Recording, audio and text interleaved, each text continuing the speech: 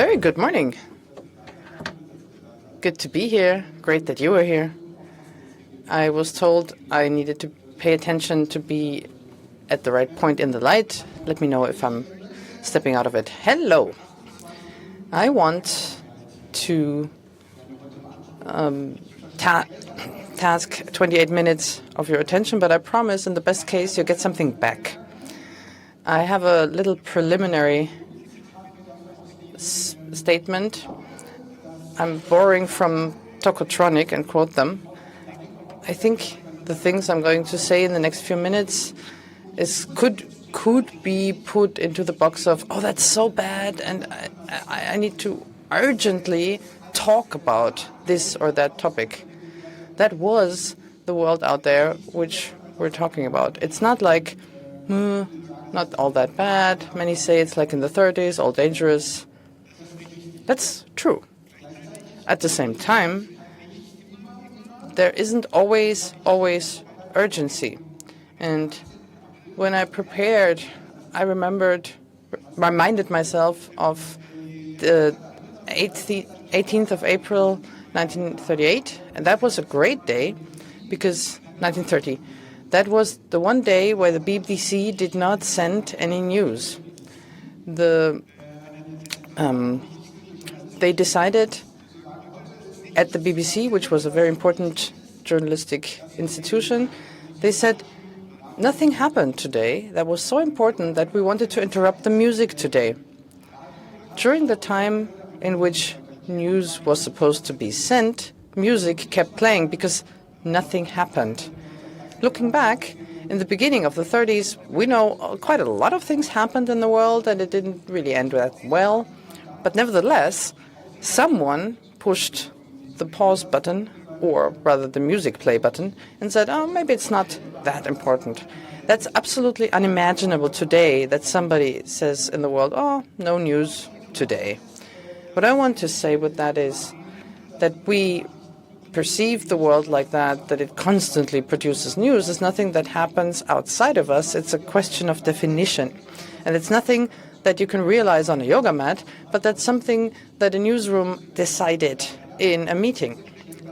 That's almost 100 years ago, but there's something to be found in there, and that's one tool which I want to present to you today. A tool and that brings back self-efficacy. The worst thing about that is no matter how much effort I invest, there's nothing I can actually do.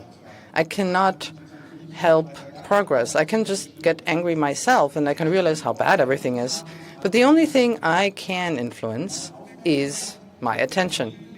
My attention is a lever with which I can measure change for myself. This is a conference where we've been talking about transformation for many years. Transformation can be successful where we are able to feel progress with our very own hands, where I have contributed something to something that got better. That's the experience of self-efficacy. And I think we need to contribute to making information accessible in a way that we can make better mistakes. The big problem is that we always want to do everything right here in Germany. And I believe it's not important to be correct. It's important to be better. Push a small development rather than do everything 100%. That's a little preliminary here. When I talk about attention, I'm not talking about doom scrolling. I'm definitely not talking about awareness, and we will not meditate. You can do all that. And you can definitely imbue that with esoteric content. That's also important. I'm not against that. But I think, in my perspective, it's about something else. I'm also not talking about the goldfish. All Ted Lasso fans heard that 10 times. People in the internet think that they can't concentrate as well. They've all heard that our attention span gets smaller. I'm not sure if it's correct, but it doesn't matter because everybody says that again and again.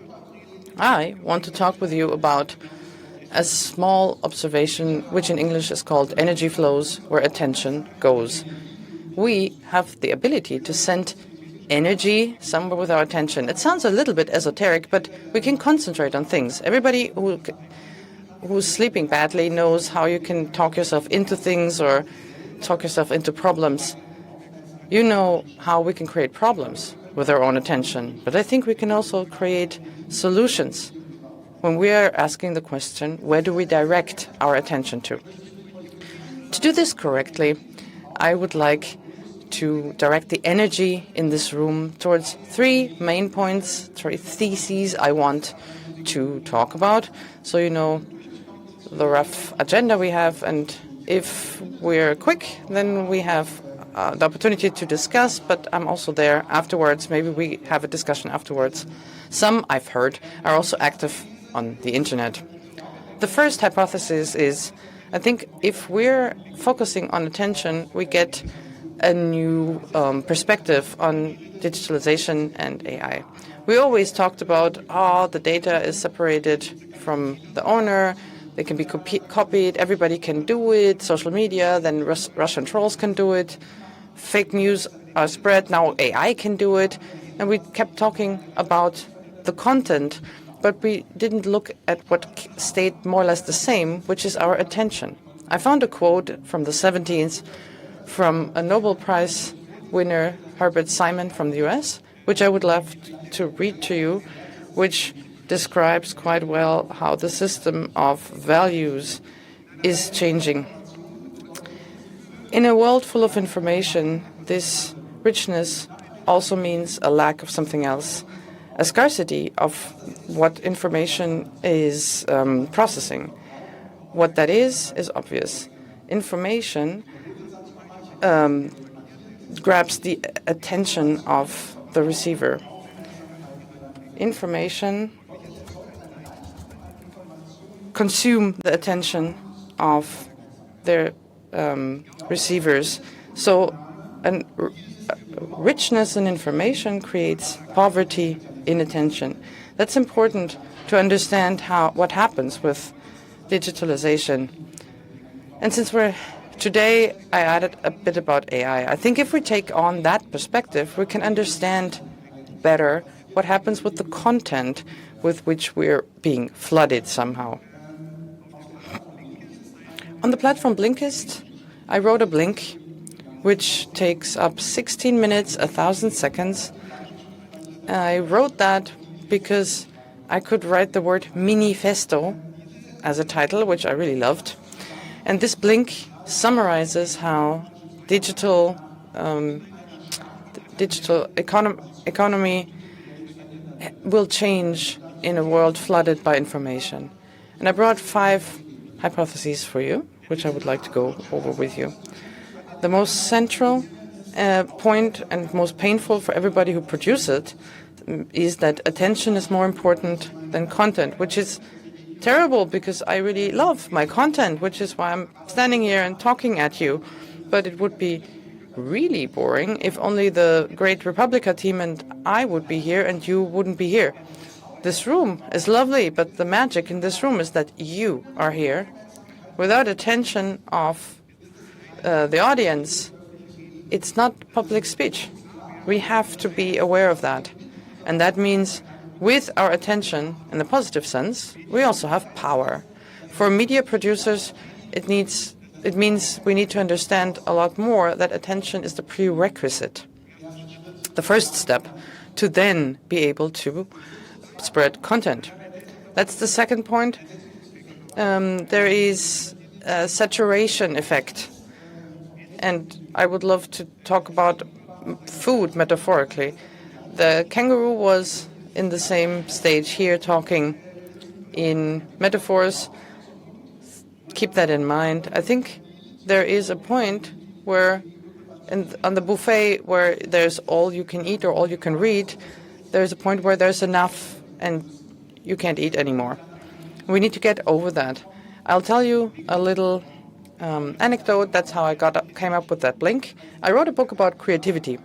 And when that book was done, the question was, how much was it supposed to cost? And if we would have written 20 more pages, because then the book would have cost 2 euros more, because distribution is based on, we consider thick books, large books, as more valuable, that a lot more means more.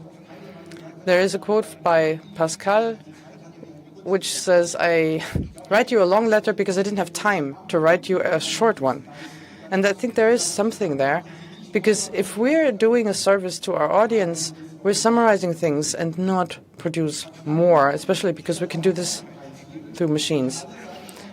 Scarcity is a lever for attention, and I think all of you already got caught by a dark pattern. If somebody says, 4 other people are looking at this hotel room, or that other things are created in an artificial scarcity. But there is also some sort of value for things that happen in such a live event. You decided to come here, even though on 6 other stages there are other things which are equally interesting. Scarcity creates value. I was at that event where he fell off the stage. You were there in live. The scarcity that happens due to the moment, there could be something happening now that you might be able to talk about later. And just to spoiler that, I think those are at least 4 points which I called time, access, and number, and force, which in German is 4 words beginning with a Z. 24 hours is the limit. That's also based on that. Now, about AI, the point I was talking about earlier, I think putting attention in focus also helps dealing with AI-generated content. People that consider themselves creators of content are afraid that the machines are able to do something which only humans were able to do before. I wrote a book with Franz Himsel, but that's not the point. In the whole economy of attention by Frank, I found a quote which I would like to talk about, and that explains where the focus lies for us when we want to deal with AI. Not vilify it, not in a pessimistic way, but where the value lies, where we're different from AI. Georg Frank wrote, "Communication is always just an exchange of information. In the exchange of information, the communication between humans and with machines is perhaps not fundamentally different.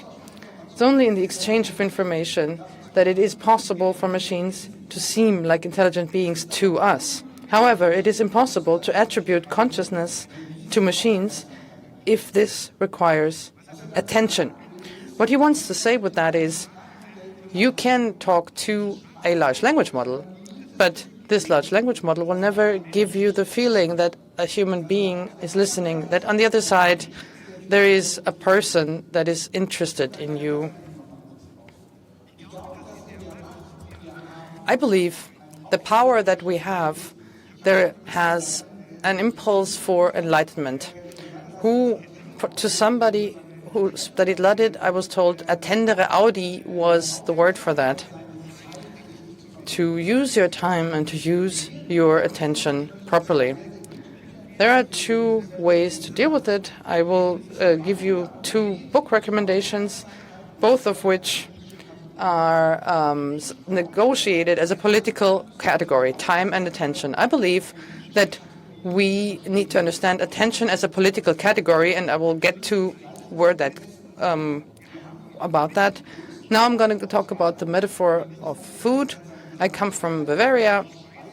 Our representative has advocated for eating meat, and the biggest fight in everything is that people construct their identity through what they eat, and I think we will discuss our media through that, how people perceive which content and how that content constructs their identity. This form of how I direct my attention will be as important as how much protein I will eat as a pumper. This also includes a morphing idea of publicity. And again, there is 3 main points to this. So the public, including all of us, are still subject to an idea of the 19th century. everything the others can see is public. And I think the main task that comes from my attention idea is that the multiplicities of public, we have to relearn them. We have to rethink them. We have to learn to handle what is said on other stages. And you'll have to learn to be able to handle something being said on other stages, even if they say, they on stage 2 don't want me to tell you. And you shouldn't fall for that. But very often we do fall for something like that because those niches are new.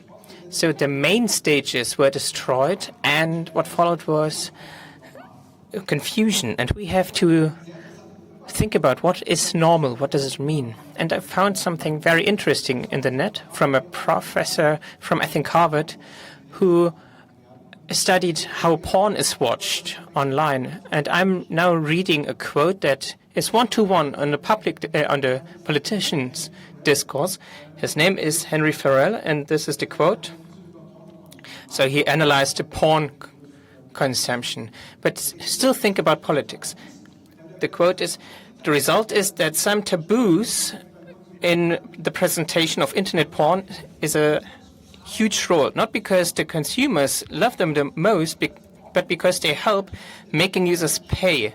This leads to a twisted idea of porn consumers about what other people want out of sex and what they expect. And then they act on it.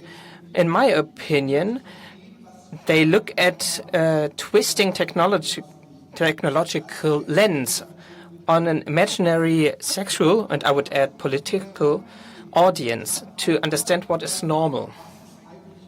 Especially when we are discussing what is true and right, what is left, what is right, there is discussions on this.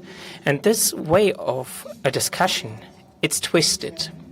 And Henry Farrell said that this twisting, in the end, is much worse than misinformation. What he means is that we see that there is a apparently very polarized discussion. There is a big argument. Someone is really radical and we have to contradict them.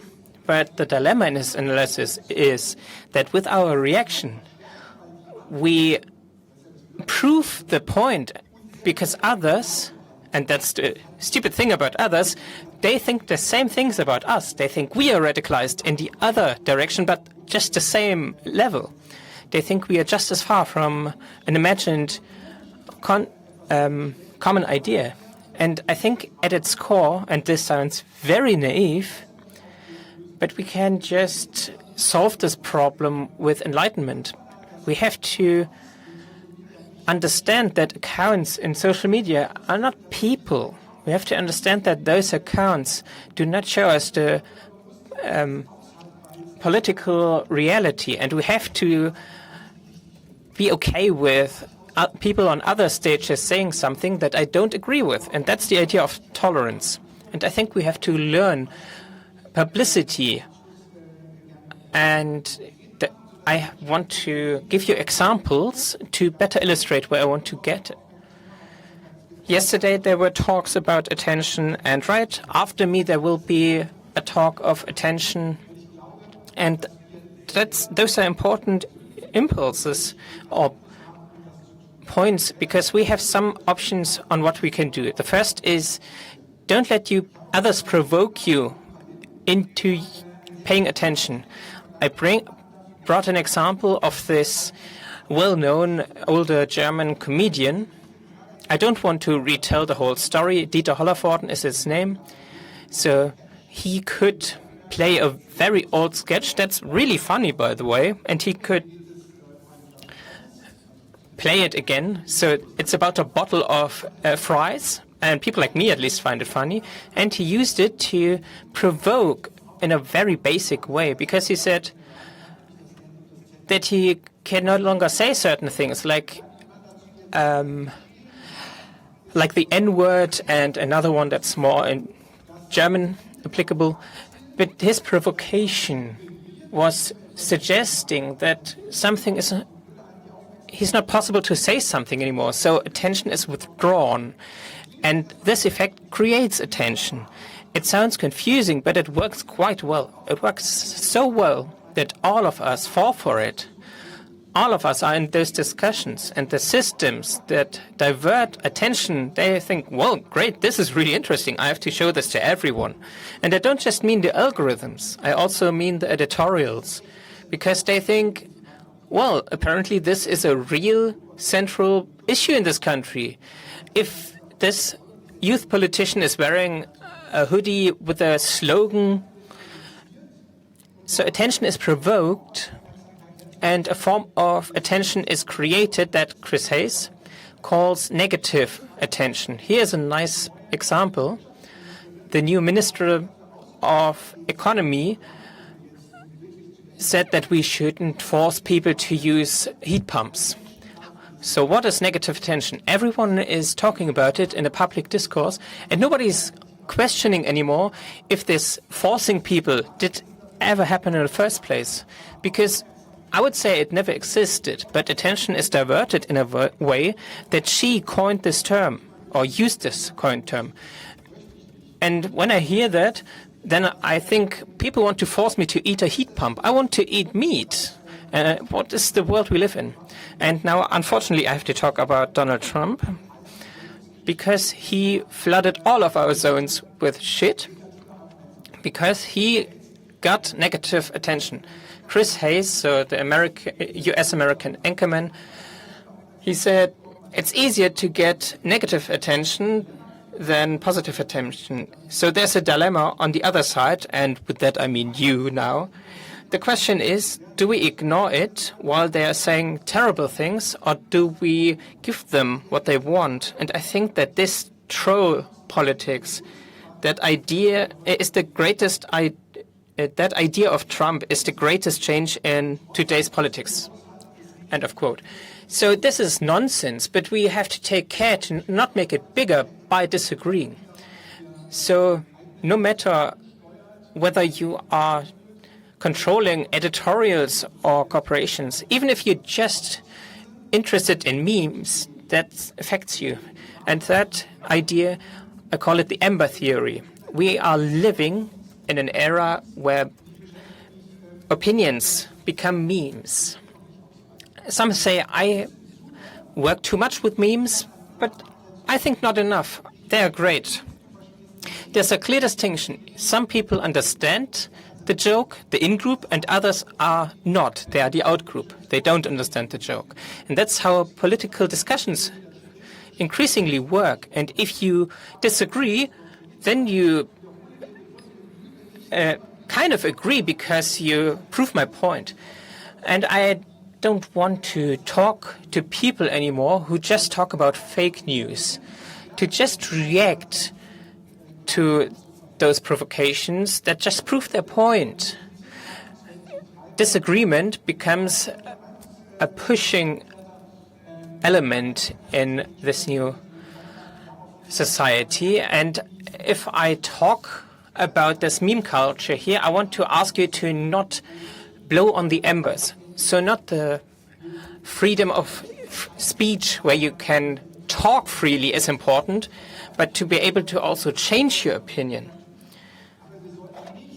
We should not believe that just formulating and mentioning an opinion is the opinion of a free society. The definition of our free society is that we are free to change our opinion and say that.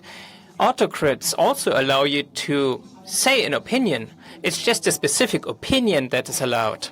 The great in this country is that I can say something. I can say I changed my mind. I learned something. I am of a different opinion now. But we don't do that. We build trenches and say, since 1973, this party says that. It's not wine. It doesn't improve with time. An opinion gets better when it gets changed. And we should demand that much more. And not like memes that you just send and say the result is always, yeah, the others are just stupid. Yesterday there was a great meme talk on generations. In meme talks, we just say, yeah, we are the good ones. But if we are really the good ones, we should not blow on the embers. We should not give them fire. So this German comedian, he is a bit boring now, and he wants attention. And I have 2 tips for you. In a longer essay, I wrote this, and here's a link. And if you like memes, just follow me on Instagram, where I write small comments. And finally, I have a small quote for you, and maybe we have time for a small Q&A. So a quote where all attention talks usually start. I close with it. It's from this book, Economics of Attention. The attention of other people is the strongest of all drugs. To have it trumps everything else. That's why celebrity is overpowered. That's why richness is less worthy than prominence. And if you know that, then you are well prepared. Because now for a half hour, you used your attention the best possible way. You gave it to me, and thank you for that. Yeah, thank you, Dirk von Gehlen. We have time for one short question. So who wants to? Or disagree? Perfect. Right at the front. Hi, thank you for the nice talk. You are Professor Dr. Meme. What meme would you choose for your talk that's floating around the net right now? Well, I was thinking about this. If I should start with Zahida did it better, because I really like this 14-year-old Berlin dancer. Not a meme, but it went viral here. And if you read all the books and you want something low level, then look at Zahida, a Berlin dancer, TikTok fame. Just had her 4th major hit, and that without provocation, without sex sales, without beef. And if you then look at how she references Crow and the Kilians, so both German groups or musicians. So that would be my answer to the memes. So you should definitely stay here, because we continue with the same topic. The stage planted really well. We are now talking about